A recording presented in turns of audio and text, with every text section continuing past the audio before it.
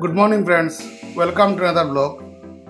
কাল আমাদের মেয়েরা যা করে দেখিয়েছে তা সবাইকে খুব আনন্দ দিয়েছে। ক্রিকেট প্রেমী হিসাবে ব্যক্তিগতভাবে আমাকে তো অত্যন্ত আনন্দিত করেছে এই ব্যাপারটা। খেলাটা শুরু হয় অনেক দেরিতে, তাই খেলাটা শেষ হতে হতে অনেক দেরি হয়ে যায়। রাত্রে প্রায় 12:30 বেজে যায় খেলার শেষ হতে হতে, কিন্তু প্রত্যেকটা বল, প্রত্যেকটা মুহূর্ত একটা উত্তেজনাকর পরিস্থিতির মধ্যে চলছিল সব কিছু। প্রথমে ব্যাটিং করতে নামে ভারত, সেটা সবারই জানা।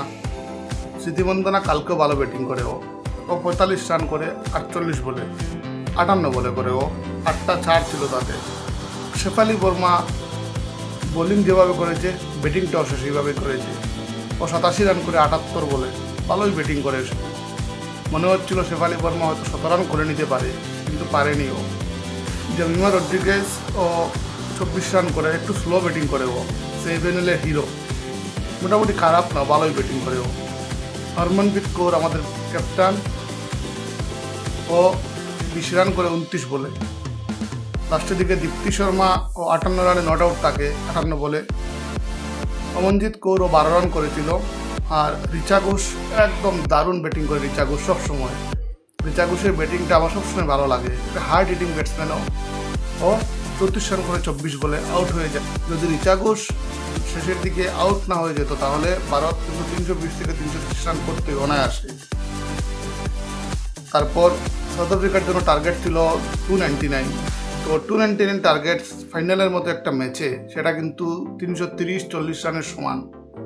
তাই যতই ভালো ব্যাটিং করুক না কেন সাউথ আফ্রিকা দল, যতই ভালো দল হোক না কেন সাউথ আফ্রিকা, এরা এটা করতে কষ্ট হবে এদের, সেটা কিন্তু নিশ্চিত ছিল। সেরকমই হয়। ওদের কিন্তু ব্যাটিংয়ের মধ্যে ওদের যে ক্যাপ্টেন যে ওয়ালবার্ট, ও কিন্তু দারুণ ব্যাটিং করে। 101 রানের একটা দারুণ ইনিংস খেলে ও। কিন্তু সেমিফাইনালেও সেঞ্চুরি করেছিল, ফাইনালেও সেঞ্চুরি করলো। আর ও যখন আউট হয়ে যায় 7 নম্বর বা 8 নম্বর উইকেটে, তখনই নিশ্চিত হয়ে যায় যে আমাদের এই ম্যাচটা আমাদের কাছেই চলে এসেছে।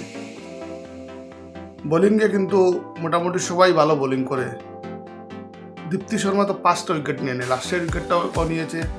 ব্যাটিংয়েও হাফ সেঞ্চুরি করেছে, বোলিংয়েও 9 3 বলে 39 রান দিয়ে 5 উইকেট নিয়েছে। শ্রীচরণী তো সবসময় ভালো বোলিং করে, যদিও ওর একটা ওভার ওর বাজে বোলিং করেছিল। একটা হোয়াইট দিয়েছিল বোধহয়, একটা হোয়াইট হয়ে একটা 4ও হয়ে গেছিল। তারপরে ও ভালোই বোলিং করে, ও 9 ওভারে 48 রান দিয়েছিল। আর ট্রাম্প কার্ড হিসাবে এসে শেফালি বর্মা ও 2টা উইকেট নিয়ে নেয়। শেফালি বর্মা এসে যখন উইকেটটা নেয়, শেফালি বর্মা নিয়েছিল কাকে?